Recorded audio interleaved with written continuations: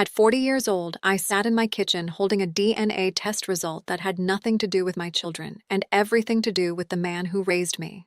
My father called me the affair child for 28 years. He said it at dinner tables, at my wedding, even at my husband's funeral. But what I discovered 3 days later changed everything. My name is Margaret Ellen Whitfield, though most people in Cedar Falls, Ohio just call me Meg. I taught third grade for 19 years before I retired to care for my husband, Daniel, in the last months of his life. He passed 18 months ago, quietly, the way he did everything, holding my hand and telling me not to be afraid of the quiet house that would come after him. I wasn't afraid of quiet. I had lived inside quiet my whole life. Quiet was where I learned to survive. Daniel and I built a good life in a modest brick house on Larkspur Lane, the kind of house with a porch swing and a garden that never quite behaved, but we loved it anyway. We raised one son, Trevor, and watched him grow into a man who seemed, on the surface, steady. He married a woman named Ashley 3 years ago, a real estate agent with a bright smile and an even brighter ambition. I tried to love her the way I loved my own son, because that's what you do when you've spent a lifetime being told you weren't wanted, and you promise yourself you'll never make another human being feel that way. My father, Harold Doyle, died when I was 31, and even on his deathbed, he looked at me with the same cold suspicion he'd carried since I was a child. He used to say I didn't look like the rest of the Doyles. He said it at Thanksgiving, at my high school graduation, once even in front of a boy I liked in 10th grade, loud enough for the boy to hear and never call me again. My mother, Ruth, would go quiet and pale whenever he said it, and she died when I was 26 without ever explaining why she let him say it, and why she never once said it wasn't true. I built my whole personality around not needing anyone's approval, because I learned early that approval was a door that could close on you at any moment, for no reason you could control. I became the daughter who tried harder, the sister who forgave faster, the wife who loved louder to make up for a childhood that had loved me so quietly it sometimes felt like nothing at all. Daniel used to say I had the calmest eyes of anyone he'd ever met, and I used to laugh and tell him that calm wasn't a gift, it was armor, forged one insult at a time until it fit like skin. After Daniel died, I thought grief would be the hardest thing I'd face. I didn't know yet that grief was only the beginning of a much longer story, one that had been buried since the night I was born in a hospital 40 miles outside of Columbus, in a maternity ward that no longer exists, under circumstances my father spent almost 3 decades making sure I never fully understood. For the first year after Daniel passed, Trevor and Ashley were kind to me, or kind in the way people are kind when they are waiting for something. They visited on Sundays. Ashley brought banana bread she didn't bake herself, but always claimed she did, and I let her have that because kindness costs me nothing and I have never been a woman who fights over banana bread. Trevor would sit in his father's old recliner, the leather worn soft in the shape of a man who no longer needed it, and he'd talk about his job at the insurance firm, and I'd nod, and the house would feel almost normal again. Then, slowly, the visits started to change shape. It began with small comments. Ashley mentioning how big the house felt for just one person. Trevor asking, almost casually, whether I'd thought about downsizing, a word he used the way people use words they've rehearsed in front of a mirror. I told him I was comfortable, that the house held Daniel in its walls the way a shell holds the sound of the ocean, and I wasn't ready to let that go. He nodded like he understood. I believed him, because I am a woman who has spent her whole life choosing to believe the people who claim to love me, even when some quiet, buried part of me already knew better. The house on Larkspur Lane had been fully paid off for 6 years. Daniel and I built it slowly, brick by brick, sacrifice by sacrifice, through years when I graded papers at midnight for extra tutoring money, and he took double shifts at the plant. It wasn't a mansion, it was ours, entirely, without a bank's name anywhere on the deed. I remember Daniel standing in the empty living room the day we got the final paperwork, tears in his eyes, saying, "Meg, nobody can ever take this from us." I didn't know then how many people would eventually try. One Sunday in October, Ashley arrived without banana bread. She arrived instead with a folder, the kind with a shiny logo on the front, the kind that smells like a stranger's cologne and false comfort. She set it on my kitchen table like it was a gift. "We just want you to be safe, Meg," she said, sliding the folder toward me with the tips of her manicured fingers as though she didn't want to fully commit her hand to the gesture. Sunrise Meadows is a lovely community. They have bingo, gardening clubs, on-site nursing. I looked at the brochure, smiling elderly strangers on the cover, holding teacups, pretending to be thrilled about a life that wasn't theirs, in a photograph staged by someone who had never once asked them how they actually felt about growing old alone in a building full of strangers. "I'm 40 years old," I said, keeping my voice as calm and even as the surface of a pond on a windless day. "Sunrise Meadows sounds lovely for someone who needs it. I don't." Ashley's smile flickered, just slightly, the way a light flickers right before a storm knocks the power out completely. "It's not about now," she said. "It's about planning ahead. This house is a lot of upkeep, Meg. The market's really good right now, too. Trevor and I were just saying it might be smart to think about liquidating some assets while values are high." There it was. Liquidating. Assets. Words that didn't belong in a conversation about a woman's home, the home where her husband died in the back bedroom, with the afternoon light coming through the window he loved. I closed the folder gently and slid it back across the table. "I appreciate you thinking of me," I said, my voice steady, my hands steadier. "But I'm not going anywhere." Trevor, who had been strangely silent through the entire exchange, finally spoke. "Mom, we're not trying to push you out. We just think realistically at some point." "At some point," I repeated, cutting him off with nothing louder than the same calm tone I'd used my whole life, the tone that had once quieted 22 nine-year-olds after recess. "That point is not today, Trevor." He looked down at his hands, and for one small moment, I saw something in his face that looked almost like shame. But shame, I would soon learn, was not the same thing as conscience, and a man can feel the first without ever developing the second. That night, after they left, I sat alone at the kitchen table and stared at the folder Ashley had forgotten. Whether by accident or by design, I couldn't yet tell. Something about the way she'd said, "while values are high," sat in my stomach like a stone I hadn't swallowed but somehow still had to carry. 3 days later, I found the text message that told me exactly how long they'd been carrying the same stone and exactly what they intended to do with it. I wasn't snooping. I want to be honest about that, because I've never been a woman who goes looking for reasons to distrust her own family. I was simply trying to return Ashley's phone charger, which she'd left plugged into my guest room outlet, and her phone lit up on my kitchen counter where she'd set it down for a moment while helping me carry in groceries. A message preview appeared on the locked screen, the kind of preview that shows just enough words to change a person's entire understanding of their life. It was from a contact saved as Denise Sunrise Realty. It read, "Once Meg signs off on assisted living, we can list Larkspur before spring. Told Trevor the market won't stay this hot forever. We need her out by March at the latest." I stood there in my own kitchen, holding a stranger's phone charger, reading a sentence that rearranged the furniture of my entire understanding of my son's marriage, my son's intentions, and possibly my son's character. I set the phone down exactly where I found it, screen still glowing, and I did not confront Ashley when she came back inside laughing about the rain. I simply smiled, handed her the charger, and told her to drive safe. Calm people don't explode in the moment. We file the moment away and we begin, quietly, to prepare.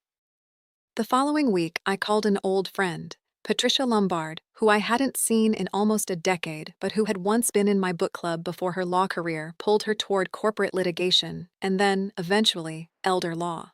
I still remembered the fierce, focused look she used to get whenever anyone in our book club argued about a plot twist they thought was unfair. Patricia had a gift for finding the exact seam where an injustice hid, and pulling on it until the whole thing came apart in her hands. "Meg Whitfield," she said, when I called her office. "It's been years. What's going on?" I told her everything, the brochure, the text message, the word liquidating used about the walls that had watched my husband die. Patricia was quiet for a moment, the kind of quiet that isn't empty but full of calculation. "First question," she said. "Whose name is on the deed?" "Mine," I said. "Solely mine. Daniel put it in my name years ago for tax reasons, when he was worried about liability from a work injury claim. He always said it was safer that way." "Second question," Patricia said. "Does Trevor know that?"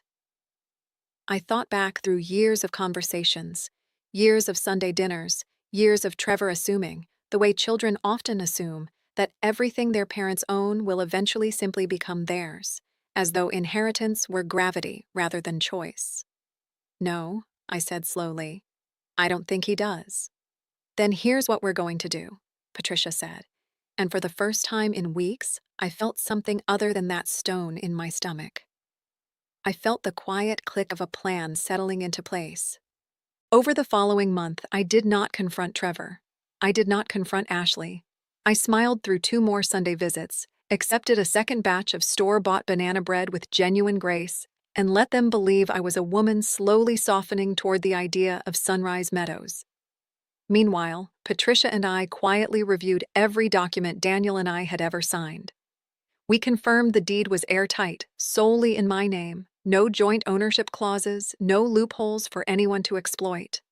We confirmed the modest trust Daniel had set up years earlier for our future grandchildren, funded slowly through his pension and a small life insurance payout, was protected, untouchable by anyone but the children themselves once they came of age.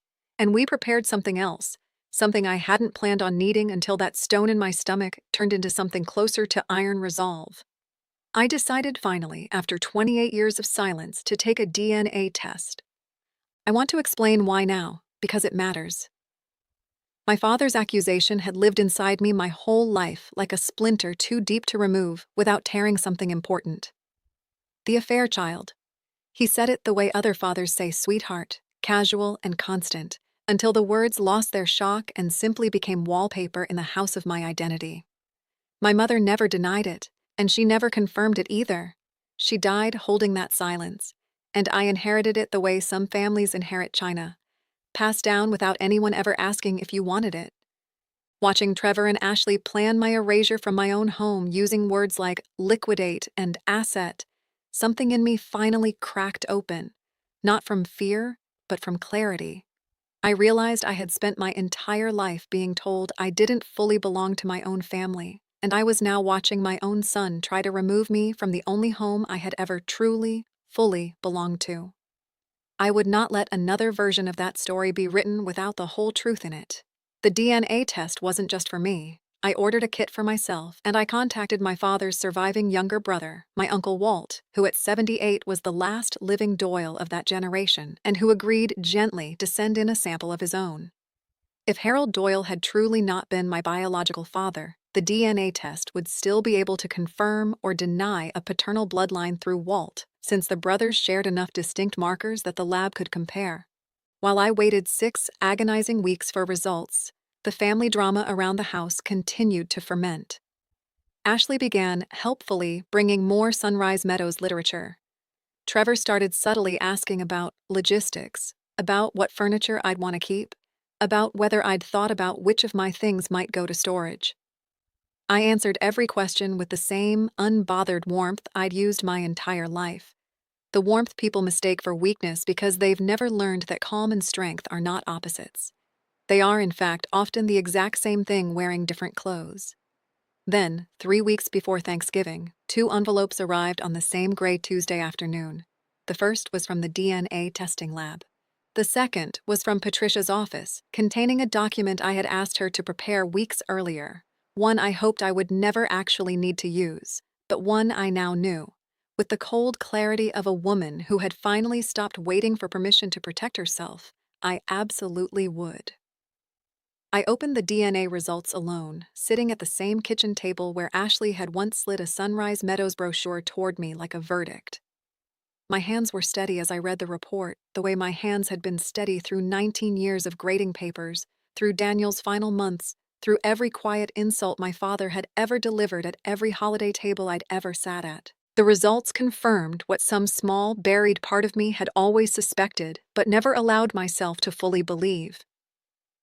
Harold Doyle was, genetically, 100% my biological father. There had been no affair. There had never been another man.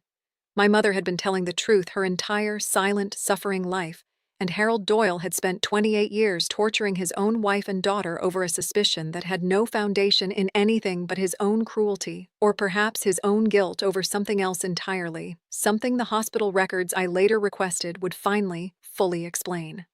I contacted the hospital archive department, and after 3 phone calls and 1 very patient records clerk named Doreen, I received a copy of my original birth intake file. Buried in a footnote in a doctor's handwriting faded almost to nothing was a notation about a mix-up in the maternity ward that night. 2 baby bracelets briefly swapped during a chaotic delivery shift, corrected within the hour. But not before a young, frightened nurse mentioned the mix-up to my father while my mother was still unconscious from delivery. Harold Doyle had overheard a 5-minute clerical error and carried it, weaponized it, for 28 years against the 2 people who had never done anything except love him. My mother had never lied. She had simply been too exhausted, too beaten down by a man who needed to be right more than he needed to be kind, to keep fighting a battle that facts alone should have settled in one afternoon. I sat with that truth for a long time before Thanksgiving arrived. I grieved my mother's silence differently than I'd grieved her death. I forgave her, fully, in the quiet of my own kitchen, the way I wished someone had once forgiven her out loud, while she was still alive to hear it. Thanksgiving that year was hosted at my house, as it had been for the last 11 years, ever since Daniel's mother passed, and the tradition simply migrated to Larkspur Lane like a bird returning to the same nest each season. I invited everyone: Trevor and Ashley, my daughter Caroline, who lived 2 states away in Pittsburgh with her husband, and my 2 grandchildren, Lily and Ben, ages 9 and 6. Uncle Walt, frail but sharp-eyed, insisted on coming despite the drive, and I suspect, looking back, that some part of him already knew the shape of what was coming and wanted, quietly, to be there for it. The table was set the way Daniel always loved it: white tablecloth, his mother's china, candles he used to complain were too fancy for turkey every single year while secretly loving them more than anyone. Ashley brought a pie she once again claimed to have baked, and I once again let her have it because some kindnesses cost nothing, and this would be the last one of that particular kind I would ever extend to her. Dinner moved the way Thanksgiving dinners move, warm and loud and layered with the particular chaos of children underfoot and adults trying to remember whose turn it was to say what they were thankful for. Lily said she was thankful for her new bicycle.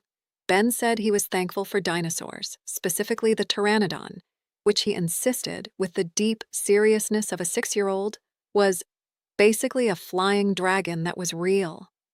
Caroline squeezed my hand under the table and told everyone she was thankful her mother had the strongest heart of anyone I've ever known, a sentence that would mean more to her, and to me, within the hour. Trevor cleared his throat when it was his turn, and I felt Ashley shift beside him, the particular kind of shift a person makes when they're bracing for a scene they've rehearsed. "I'm thankful," Trevor said, "for family and for making smart decisions together as a family about the future." He looked at me with a smile that didn't quite reach his eyes. "Actually, Mom, since everyone's here, we thought this might be a good time to talk about the house. Ashley found a really great listing agent, and market conditions are just so favorable right now, and we really do think, for your own safety and peace of mind—" "Trevor," I said, setting down my fork with a small, deliberate click against Daniel's mother's china. My voice was calm, the way it had always been calm, the way calm had carried me through 28 years of my father's cruelty and 11 years of hosting this exact holiday in this exact house. Before we talk about the house, I think everyone at this table deserves to hear something I only recently learned myself. The room went quiet, the way rooms go quiet, right before something true finally gets said out loud after decades of being smothered. I told them about my father, about the 28 years of the affair child, about the DNA test, about Uncle Walt's willingness to help settle a truth that should have been settled decades earlier over a 5-minute mistake in a hospital hallway. Uncle Walt nodded slowly beside me, confirming every word, his old eyes wet but steady. I told them about my mother's silence, about forgiving her, about finally understanding that some people carry unbearable weight not because they're weak, but because the people around them never once offered to help carry it. Then I looked directly at Trevor and Ashley. "I'm telling you this," I said, "because I understand now, more than I ever have, what it feels like to have your whole identity questioned by the people who are supposed to protect it. And I want you to understand something clearly, right now, in front of this entire family. I found the text message, Ashley. The one about listing this house by March. The one that referred to me as something that needed to be moved out of the way before spring. Ashley's face went the color of the tablecloth. Trevor's fork clattered against his plate. Mom, I can explain. Trevor started. You don't need to explain, I said, still calm, still steady, my voice never once rising above the volume of a woman discussing the weather. I already understand perfectly. What I need you to understand is this. This house is solely in my name. It has been for years. There is no version of the future where either of you sell it, list it, or move me out of it against my will. Your father made sure of that a long time ago, and I have made sure of it since. I reached beside my chair and lifted the folder Patricia had prepared, setting it gently on the table, the same quiet gesture Ashley had once used to hand me a brochure for a place I would never live. This is a formal notice, I said, confirming sole ownership of this property, along with documentation of the trust your father set up years ago for Lily and Ben's future education, a trust that remains fully protected and entirely separate from any assets either of you were apparently hoping to access early. I'm not doing this to punish you, Trevor. I'm doing this because I spent 28 years watching what happens when people assume they have the right to decide who belongs where and what someone is worth, without ever once asking the person directly. I won't inherit that pattern, and I won't let you inherit it either. Caroline, quiet through all of this, finally spoke, her voice thick. Trevor, how could you not tell me any of this was happening? It wasn't like that, Trevor said weakly, though even he seemed to hear how hollow the words sounded once spoken aloud in front of his sister, his great-uncle, his own children, and his mother, who had just laid 28 years of buried pain and one very unburied truth directly onto Daniel's mother's white tablecloth. Ashley pushed her chair back. This is insane, she said. We were trying to help. Everyone plans for the future. That's all this was. No, I said gently. And for the first time all evening, something in my voice sharpened, not into anger, but into absolute, unshakable clarity. Planning for the future includes the person whose future it actually is. What you did was plan around me, as though I were an obstacle in your timeline, rather than the person who raised your husband, buried her own, and built the very roof you were trying to sell out from under her. Nobody said anything for a long moment. Ben, sensing the tension the way children always do, asked quietly if there was more pie. Lily shushed him, the way 9-year-olds do when they sense they're witnessing something important even if they can't fully name it yet. I love you both, I said finally, looking at Trevor, and meaning it completely, because love and disappointment have always been able to live in the same room together, the same way grief and gratitude once had, at Daniel's funeral, in this very house. But I need you to understand that loving you does not mean disappearing for your convenience. I did that once. For my father. For 28 years. I won't do it again. For anyone. For any reason. The weeks after Thanksgiving were quiet in a different way than the years before it. Trevor called eventually, not to apologize fully at first, but to ask questions, real ones, about how long I'd known, about what else I hadn't told him. Slowly, over several long, difficult phone calls, something like honesty began rebuilding itself between us, brick by brick, the same patient way Daniel and I had once built the walls of the house that started this entire reckoning. Ashley and Trevor's marriage went through a rough winter. I won't pretend I know everything that happened behind their closed doors, but I know Ashley eventually took a job with a different realty firm, one with no ties to Sunrise Meadows or its aggressive quarterly sales targets. And I know Trevor started showing up to Sunday dinners without an agenda folder for the first time in over a year, just showing up, the way sons are supposed to, simply to sit at their mother's table. I kept the house on Larkspur Lane. I still keep Daniel's recliner exactly where it's always been, and some evenings I sit in it just to remember the shape of him. I framed a copy of the hospital records footnote, not out of bitterness, but as a reminder, hanging quietly in my hallway, that entire lives can be shaped by 5 minutes of someone else's carelessness, and that the only real defense against that kind of damage is the truth, spoken plainly, eventually, to the people who need to hear it. Lily and Ben's education trust remains untouched, growing quietly the way Daniel always intended, waiting for two children who have no idea yet how much their grandfather loved them before they were even born. Uncle Walt passed peacefully this past spring, and at his funeral, I stood beside my father's grave for the first time in years and told him, out loud finally, that he had been wrong and that I forgave him anyway, not because he deserved it, but because I no longer wanted to carry the weight of not saying it. I think often about the difference between the woman who sat quietly through decades of accusation and the woman who sat calmly at her own Thanksgiving table and told the truth without raising her voice once. I don't think those are two different women. I think one simply finally ran out of reasons to stay small. People sometimes ask me if I regret waiting so long to speak up about my father, about the house, about all of it. I tell them the waiting wasn't weakness. The waiting was gathering. Every year of silence was a brick, and eventually I had enough of them to build something sturdier than anything anyone could ever try to take from me again.